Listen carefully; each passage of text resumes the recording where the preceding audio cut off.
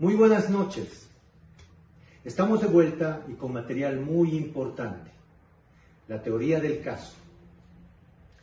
Muchas definiciones giran en torno a este tema. Y no podríamos o sería redundar a aportar con una más de estas definiciones. Más bien, vamos a enfocarnos en el análisis de lo que no es la teoría del caso. Primeramente, ¿qué no es? No se trata de la narración de una historia. En segundo lugar, no es una historia persuasiva de lo que sucedió. Y por último, y mucho menos, es un alegato de apertura. Sin embargo, mucha doctrina ha establecido a la teoría del caso y de forma muy recurrente como la narración de un relato. Y muchos abogados se han estancado en esta idea. Y en la praxis lo podemos ver a diario cuando se materializa en las audiencias y principalmente en los alegatos de apertura. En definitiva, la teoría del caso tiene un enfoque mucho más amplio, parte de ideas fuertes y principales y otras que son secundarias y más débiles. Sin embargo, es la construcción y el análisis ordenado, clasificado y estratégico de la información. En definitiva, la teoría del caso viene a ser la herramienta metodológica por excepción y que tienen las partes ¿para qué? Vamos a ver para qué. Yo les voy a dar la receta. No nos olvidemos de esta palabra, receta. ¿Cuál es la receta al hablar de la teoría del caso? Receta. ¿Por qué la palabra receta? R viene de recolectar. La E viene de estructurar. La C de construir. La E de excluir. La T de transmitir. Y la A de absolver o atenuar una pena. Vamos a analizar cada una de estas palabras. Recolectar. El abogado tiene la obligación de investigar los hechos. Debe identificar aquellos elementos de prueba que den mayor solidez a nuestro caso y cuáles son los elementos que permiten rebatir los hechos principales de la teoría de nuestro oponente. El abogado tiene que seleccionar aquellos hechos que son relevantes de los que no son. En esta primera fase se recolectan nuestras pruebas, se recolecta toda la información y múltiples detalles que nos van a servir. Estructurar. Una vez que hayamos recolectado hechos que nos van a servir en la teoría del caso, tenemos que ordenarlos de acuerdo a su nivel de importancia para poder utilizarlos con mayor efectividad en el trabajo de persuasión.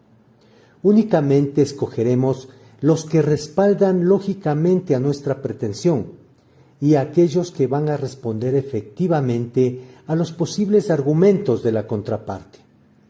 ¿Cómo estructurar? Podríamos decir que los hechos principales forman parte de la armazón o esqueleto de nuestra teoría del caso. Pero necesitamos otros hechos. ¿Cuáles son estos? Los hechos secundarios, que estos sirven para apuntalar nuestro caso. Si se estructura una teoría del caso únicamente con hechos principales, no se podrá sostener ante los embates del contrario, por lo que es necesario afianzar, amoldar con otros elementos y materiales para fortalecer esta estructura. Construir. Una vez recolectada la información y estructurada nuestra idea en base a los hechos principales y secundarios, tenemos que construir nuestro mapa de ruta completo. Este debe ser coherente con la evidencia del caso.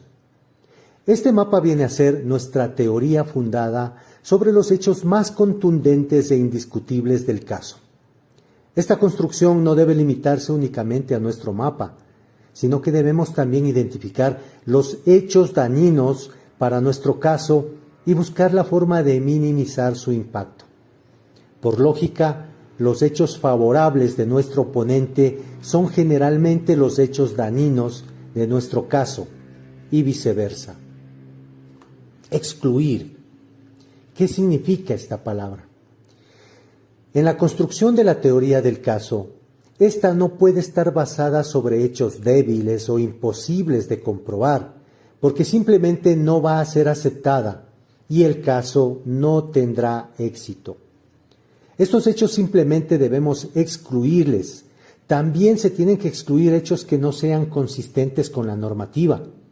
Ningún caso puede tener éxito si la teoría del caso contradice a la normativa. Debemos asegurarnos que ésta esté respaldada totalmente por la ley. Transmitir. Y esto es muy importante. ¿Por qué? Porque hay que articular una posición convincente y ganadora en el juicio. Tenemos que crear una historia persuasiva que contenga escenarios, personajes, sentimientos que acompañen a toda conducta humana. ¿Qué tenemos que transmitir? Una trama. ¿Para qué? Para la obra que es el juicio. Como cualquier buena trama, normalmente incluirá elementos típicamente necesarios como los que ya hemos mencionado: personajes, escenarios, elementos temporales, acción y sentimientos. Por otro lado, la teoría debe apelar al sentido común.